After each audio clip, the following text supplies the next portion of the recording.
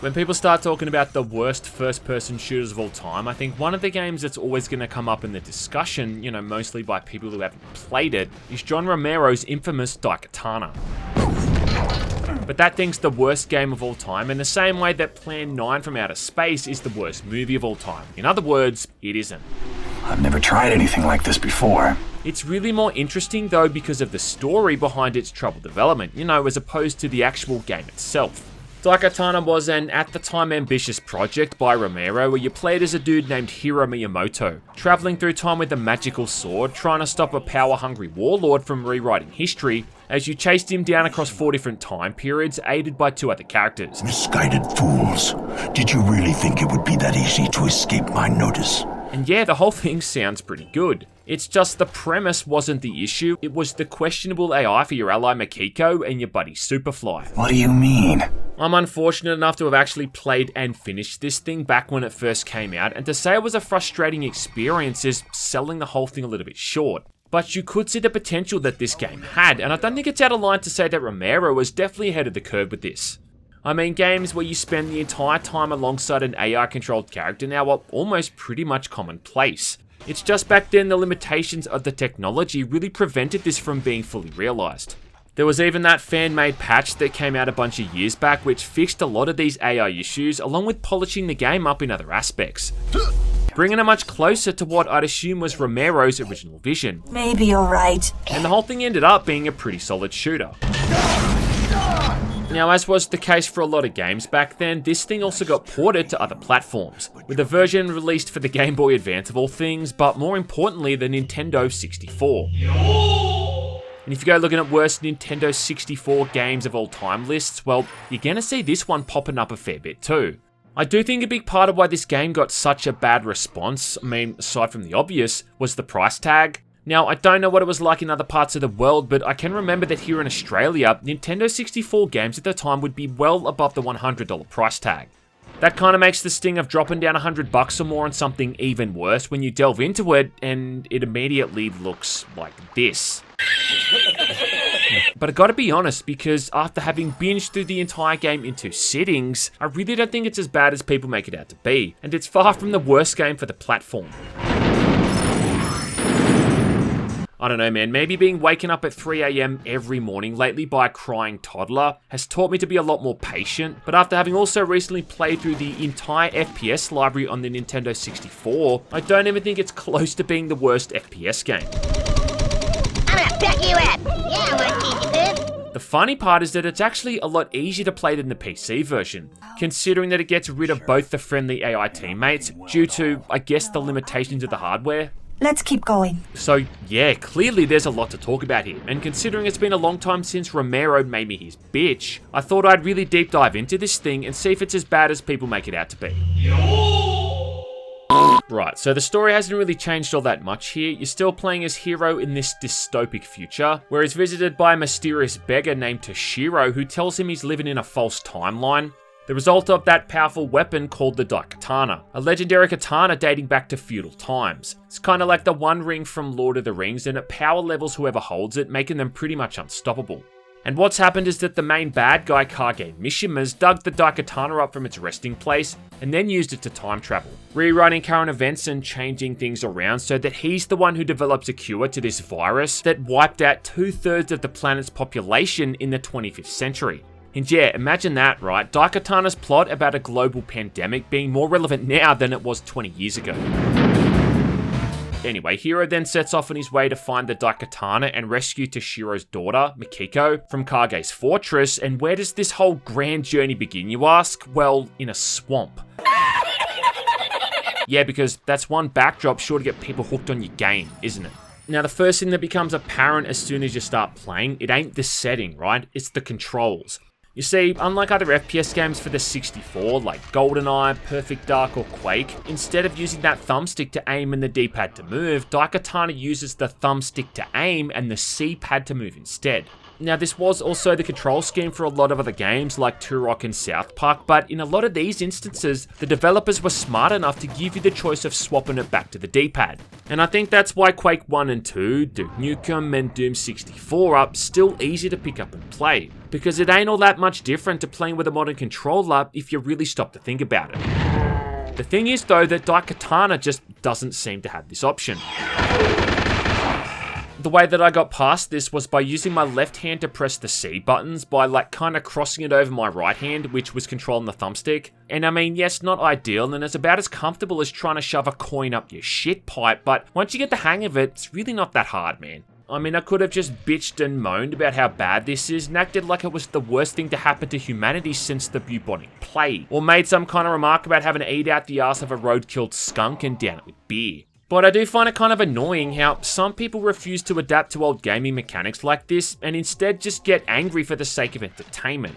Man, you are one pathetic loser. So instead, I stuck with it, and it took me all of 15 seconds to get used to it, and then it really didn't give me any issues for the remainder of the game. Whenever you see people talking about this thing too, I think another point of contention is the visuals. And I gotta say that complaining about Nintendo 64 games looking bad is like complaining about jumping into a swimming pool and getting wet.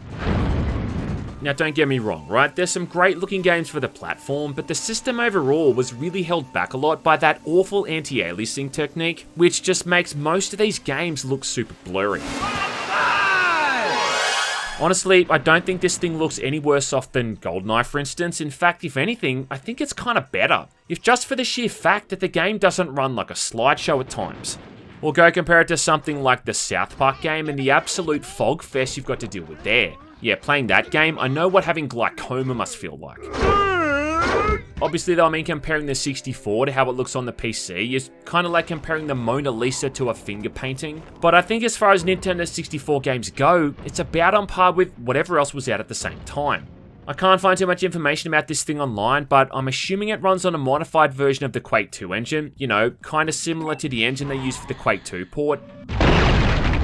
It's also one of those few 64 games which has to have an expansion pack to be played, though I can't imagine there'd be too many people who don't own these things at that point anyway. Amazingly too, this thing actually has a pretty solid frame rate most of the time. I mean, it's definitely below 30, but there were times in GoldenEye and even Perfect Dark where it kind of felt like that frame rate hit single digits, and for some reason that game's visuals still get praised to high heaven. Nothing else, it sure makes grappling with the control scheme a lot easier, you know, when it's not trudging along with a crappy frame rate all the time. There's also that so-called high-resolution mode, like so many other games on the 64 had, which really only seems to slightly improve how good the game looks, but at a massive cost to how it plays. So I just kept it on the low-resolution mode. I mean, it's not going to look great either way, so it might as well run great if nothing else. I would also kind of argue in the game's favour in the way that it also has some really good variety to the environments. You got the first episode set in futuristic Japan, then you're back in ancient Greece before medieval Europe, and then the final futuristic year of 2030, lol, when you reach San Francisco. It's just that these are seriously condensed and stripped back from the PC. I mean, on the PC for instance, that first episode has 7 levels, and on the 64 there's only 4. The first episode starts off like how the PC version does, with Hiro having to scout through these fecal-infected swamps of the city. So thankfully this time there's no robotic frogs, dragonflies, or alligators to deal with. Instead it's a bunch of gun turrets and the scattered employees of Mishima Corp, all of whom die in a single shot from your blaster. And that's a trend you're going to see throughout the entire game, where it follows the same general structure, only the level design is entirely unique to the Nintendo 64, which is actually kind of interesting and really sets it apart from the PC counterpart. One thing this version did carry across though was the leveling system, where each kill grants you XP, and then after a certain amount of XP gain you can level up one of Hiro's attributes. The thing is though, here you've got no choice over it, and the game just selects one automatically. Probably I think as a way of keeping those controller buttons freed up for more important inputs. But these level ups, man, they come on hard and fast. I think in this first level alone, you get like a new skill point after almost every single kill. All up, this is a pretty easy first level, and you're probably going to wrangle more with the controls here than getting past enemies. So as far as swamp levels go, this one ain't too bad. And like ripping a band-aid off, it's short and quick. Next up, we're at solitary confinement, though why it's called that is anyone's guess, because there's numerous cells here, not to mention more guards patrolling than there are prisoners. Either way though, this is the level where we're first going to encounter our buddy Superfly, who's going to give us some much needed information on where to find Mikiko. During this incredibly exciting cinematic where it started to dawn on me that there's no spoken dialogue. I guess that's a bit of a downside to a game running on a cartridge as opposed to a CD, is that they would have been pretty limited in how much dialogue they could carry across into these cutscenes. So instead of trying to work some of it in, they've instead just not put any of it in. Great. Just great. Yeah man, none of these cinematics are voiced at all, and it sure doesn't help to make them captivating or interesting, which ain't helped either considering how fucking long some of them go on for. There's a quick cut to black when a camera angle changes too, which when I started noticing I couldn't unsee. It's kind of like the game engine is thinking about what the next angle is supposed to be or something. The music is also pretty awful, and that's definitely one of the elements I think that got hit the hardest here. I still say that Daikatana has a pretty damn awesome soundtrack, and the way that it also changed for each time period I think was one of its biggest strengths. I'd say the stuff on the 64 version sounds like MIDI music, but to be honest, I don't want to hurt MIDI music's feelings. It's also just often really out of place, sounding very depressing and dreary. I mean, check out this song from the 64 version, right?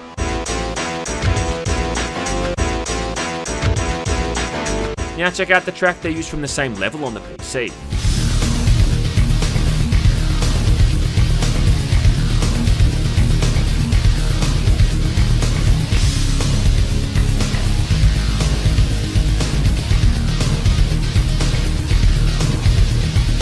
It's also around this point that I started to notice how generous the game is with weapons and ammo. Just seems like they can't stop throwing new weapons at the player. And then this level alone, I got the Sidewinder missile launcher, a C4 launcher, and finally the shot cycler.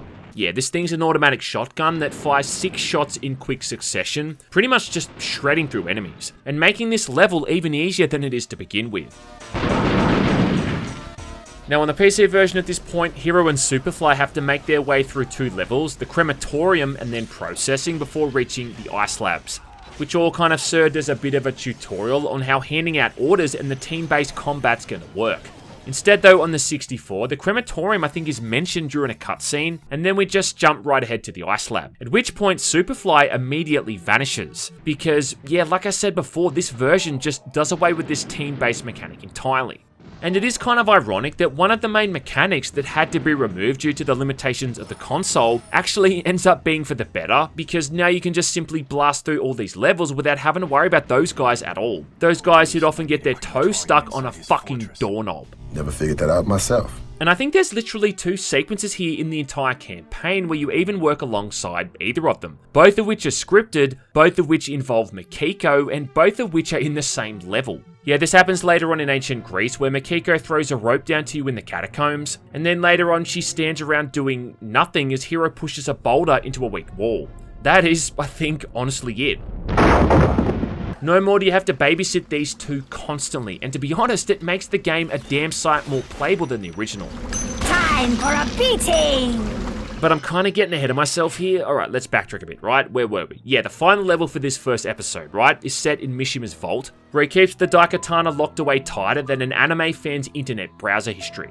Pretty easy to navigate just once you figure out that you can shoot through these vents. And I think about the hardest it gets is this timed platforming puzzle, which can be a bit confusing, but again, still pretty easy stuff. And I mean, look, if my dumbass can get through all of this without too much issue, I'm really starting to wonder where the problems are.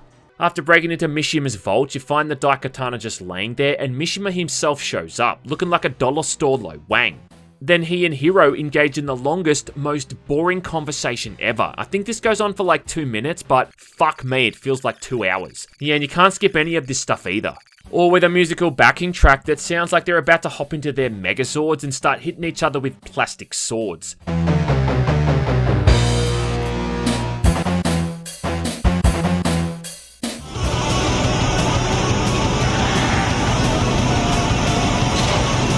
before you're then sucked into an LSD vortex and sent back in time to ancient Greece. And look, I'll die on this hill right now saying that the premise for the ancient Greece episode is still absolutely awesome. Again, it starts off with the same basic structure. Hero's been separated from the others and wakes up on Lemnos Isle, then has to find Drachma to pay off Charon and get taken across the River Styx. Yeah, you get ferried across the River of the Dead by a literal Grim Reaper. It's badass. Then you go through the catacombs, the Acropolis, before coming across Superfly, who's been turned into stone by none other than Medusa. You're up against the same enemies like undead skeletal warriors, centurions. Strike him, Centurion, very roughly. And then giant spiders. The kind of spiders that we eat for breakfast over here in Australia. You know, along with VB long necks. Long neck! I still think it's a really cool setting though, and I like the way that the weapons also change to match the location. So you've got a razor edge discus, though sadly these are a bit crappier than the PC version. They're supposed to bounce back to hero like Captain America's shield, only half the time the physics don't even work and they hit the ground like a sack of potatoes. You're also supposed to be able to use one of them as a melee weapon, at least that was the case on the PC version, but this time, Hero's always going to throw them, even if it's the last remaining one. You've got the Venom Staff, which, you know, shoots out venom, only I never really found all that much ammo for this thing, which is kind of funny considering how bogged down with ammo you were in that first episode. Then you've also got the Sun Flare, which is more or less a Molotov cocktail, and the Trident, a 3-pronged weapon that fires out 3 projectiles at once. Or if you get bored with all that stuff, you can use any of the other weapons from the first episode. Yet, you see, another one of the big changes here on the Nintendo 64 is that instead of taking away all of your weapons for each time period, instead you can hang on to them. It's a bit clunky having to go through that weapon wheel to find the one you're after when you've got like a couple of dozen of them, and I honestly think that this was just to complete a mission that no one picked up on. But hey, killing mythical great creatures with futuristic weapons is A1 okie doke by me. They did, however, make one major colossal fuck up, and that's that the Daikatana isn't an equipable weapon anymore. In the PC version, you could whip this thing out at any time and then even start killing enemies with it. In fact, it even absorbed XP from kills and could level up slowly over time if you kept persevering. If you want to use a melee weapon now, you've got Hero's Disruptor Glove, but that thing's about as effective as slapping someone on the ass with a wet towel. Yeah, and don't even get me started on the Silver Claw in that third episode. That thing is so pathetic, man. I have to assume that it's been put into the game as some kind of elaborate prank. As for that Daikatana though, it's just such a weird thing to be missing, man, considering the game is literally named after it. This episode also tries to replicate that similar level on the PC, where you have to find a bunch of runes across multiple areas. This time though, it's only one area, and instead of runes, you're finding 5 pieces to a tablet. So you can translate how to get through a locked door. It's a pretty simple exercise, though for some reason, some dickhead level designer thought that it would be a good idea to hide one of them inside this table.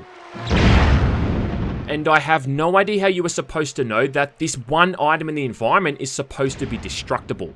I think it's also probably a good time to mention the swimming controls because they suck. For some reason when you go swimming in this game, Hero sinks to the bottom like he's a fucking stone. He just sunk like a stone, didn't he? And you have to mash that left button just to barely stay afloat. It's just a really bad control scheme, and thankfully you only ever have to swim maybe 3 or 4 times in the entire campaign. Great. Just great. But again though, it wouldn't surprise me if it's just another omission that somehow made its way through the playtesting. Yeah, playtesting. That was a joke. Ha ha, fat chance. Final boss for this episode is Medusa, who honestly is pretty damn easy. There's not much more to it here than just circle strafing constantly and shooting her with your best weapons. And I do feel like they kind of misunderstood the whole basis of what this character's supposed to be about though. I mean, I thought if you looked at her, you're supposed to turn to stone, right? In the same way that when I look at your mum, my dick turns to stone. Here though, you can just look at her the entire time without any ill effects. This is, of course, in stark contrast to the PC version though, where if you looked at her for too long, you pretty much got turned to stone almost instantly. Maybe that's a good thing though, because I think that fight on the PC was just horrible. I mean, how are you gonna have a boss fight where you can only attack someone by looking at them, but then looking at them turns you to stone? Good riddance. Either way though, after you show this prehistoric bitch how we do things downtown, Hero and the gang summon the LSD butthole portal, because at this point we're time traveling again, this time to medieval Europe. But not before we cue the Power Rangers soundtrack, as Hiro and Mishima have another awkwardly animated fight scene floating in some kind of psychedelic void. And look, I've never done DMT, but I can imagine that this is probably what it looks like. Initiating Megazord sequence now!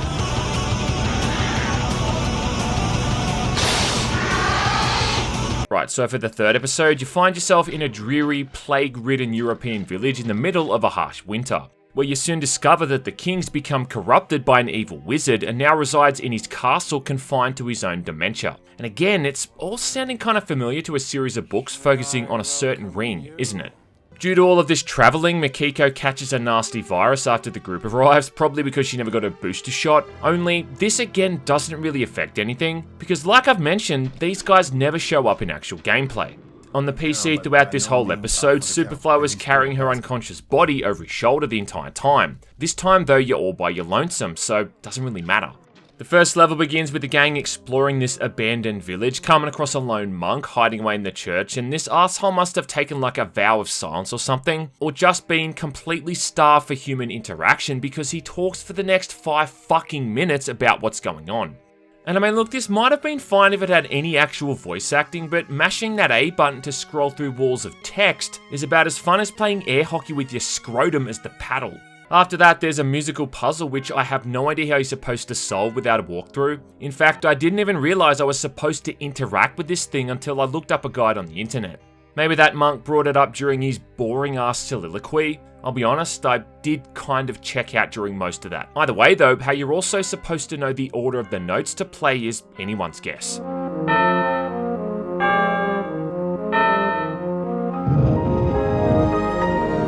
Then you head under the church, which appears to be built on the top of Satan's butthole, or at least some kind of fiery gate to hell, before you then finally exit the village and start to make the trek to the king's castle.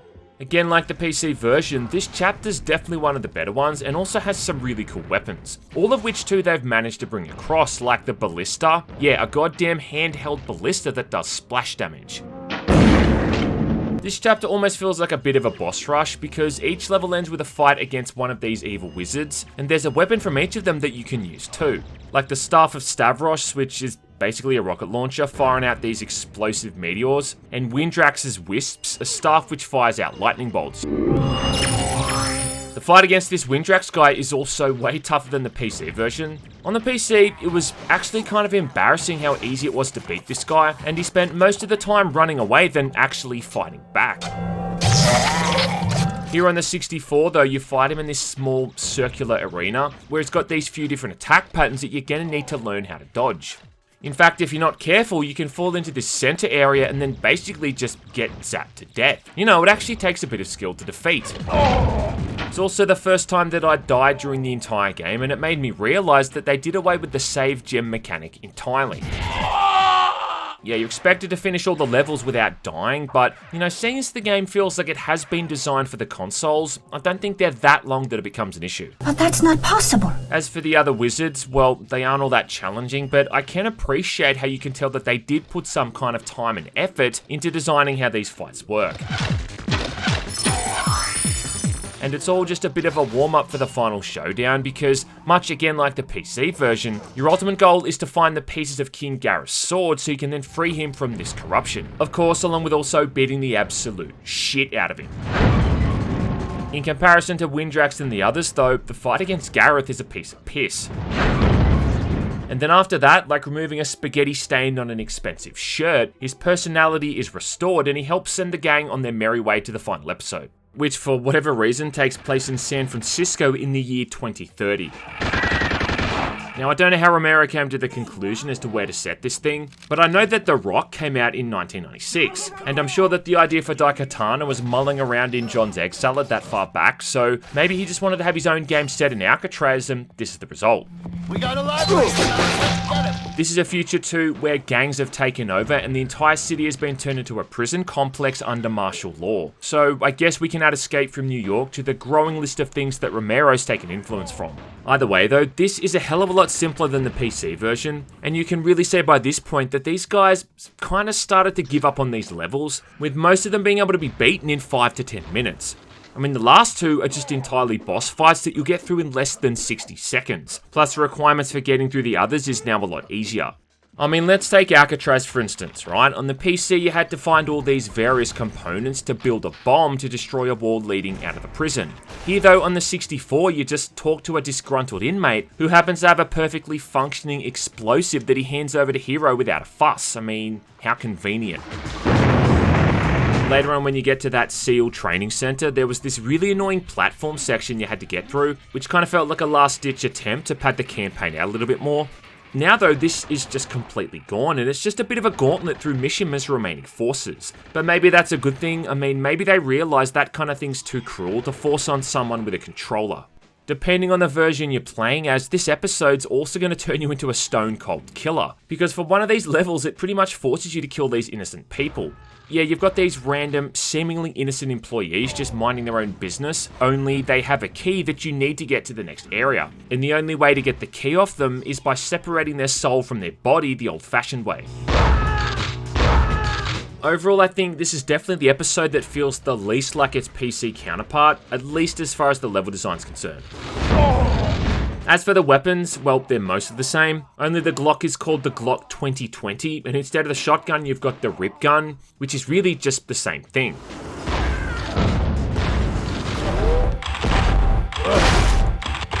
This is actually a bit of an odd change because the rip gun on the PC was this minigun kind of weapon, and they've still carried that across to the 64, but now just to make it confusing, they've called it the Slugger. And I don't know, like, wouldn't it make more sense to call the shotgun the Slugger? You know, seeing as shotguns usually fire slugs. No shit.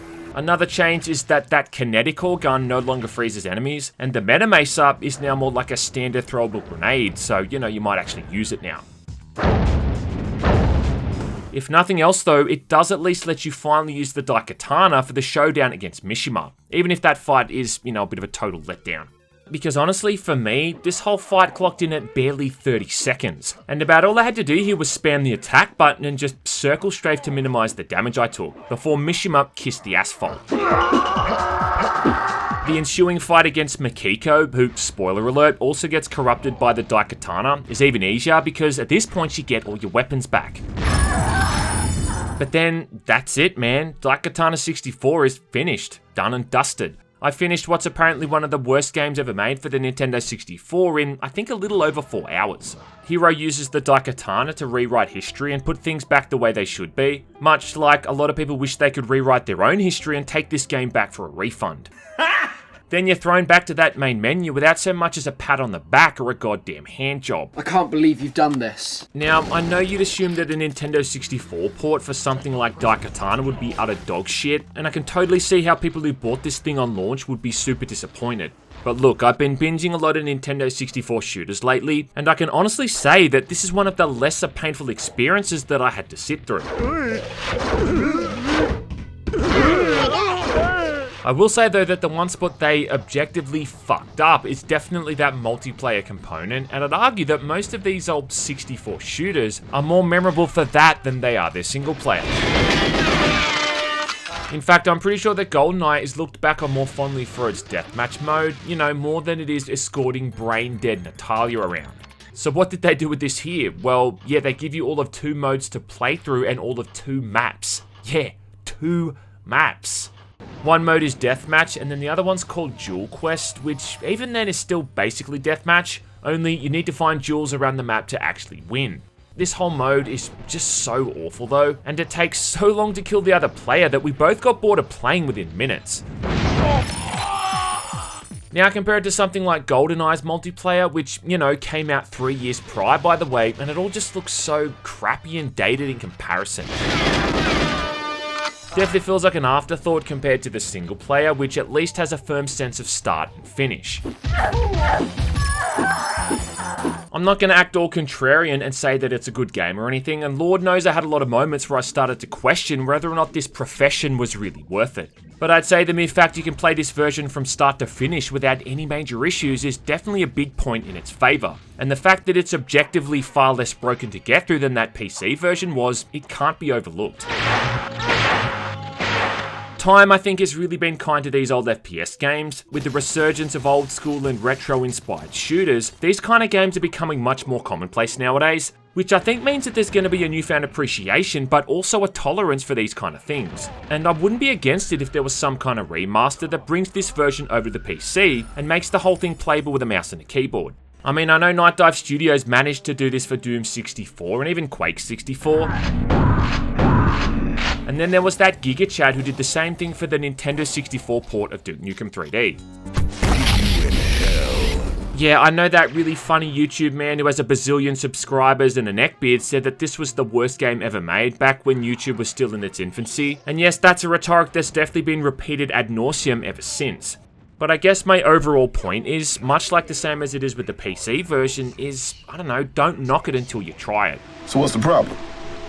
Give it a shot. And I think as far as horrible console ports for FPS games go, Doom 32X, well, that still reigns supreme.